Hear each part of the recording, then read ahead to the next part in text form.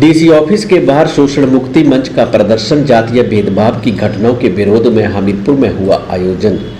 हिमाचल प्रदेश में बढ़ रही जातीय भेदभाव की घटनाओं के विरोध में शोषण मुक्ति मंच ने उपायुक्त कार्यालय के बाहर प्रदर्शन किया। इस दौरान केंद्र सरकार के खिलाफ भी जमकर नारेबाजी की गई। कहा गया कि एससी कंपोनेंट में बड़ी कटौती की गई है। एससी कंपोनेंट में कटौती बंद करो के नारे लगाए गए। प्रदर्शन का नेतृत्व कर रहे संगठन नेताओं ने कहा कि प्रदेश में ऐसी कई घटनाएं हो चुकी हैं जिसमें दलितों को प्रताड़ित किया गया है।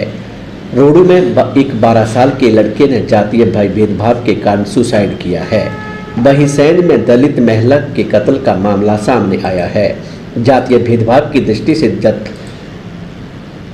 दलितों पर हो रहे जुल्म चिंताजनक है। कहा है कि देश भर में ऐसे कई मामले सामने आए हैं। उन्होंने दलितों की सुरक्षा पर सवाल खड़े किए। पूरे देश में दलितों पर होने वाले हमलों की संख्या भी बढ़ी है।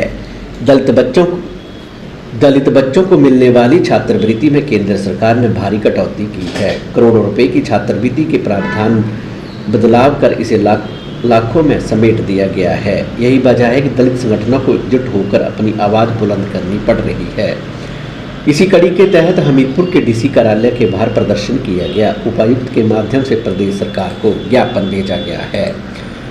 जोगिंदर कुमार, राज्य अध्यक्ष, हिमाचल भवन एवं अन्य निर्माण मजदूर संघ का कहना है कि प्रदेश सहित देश में दलितों पर हमलों की संख्या बढ़ी है।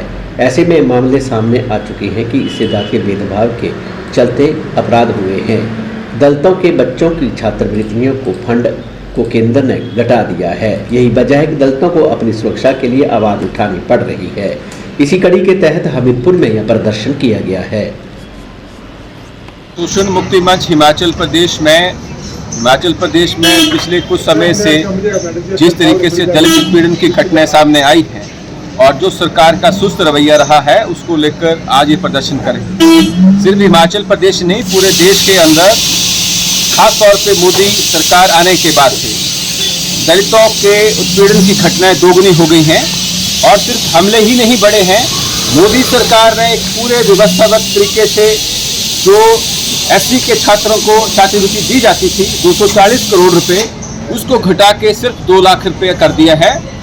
एक सुनियोजित तरीके से दलितों पे एक तरफ से हमले बढ़ रहे हैं और दूसरी तरफ जो एससी कंपोनेंट में जो बजट में लगातार कटौती की जा रही है और हिमाचल प्रदेश के अंदर भी इस तरीके की घटनाएं लगातार बढ़ रही हैं।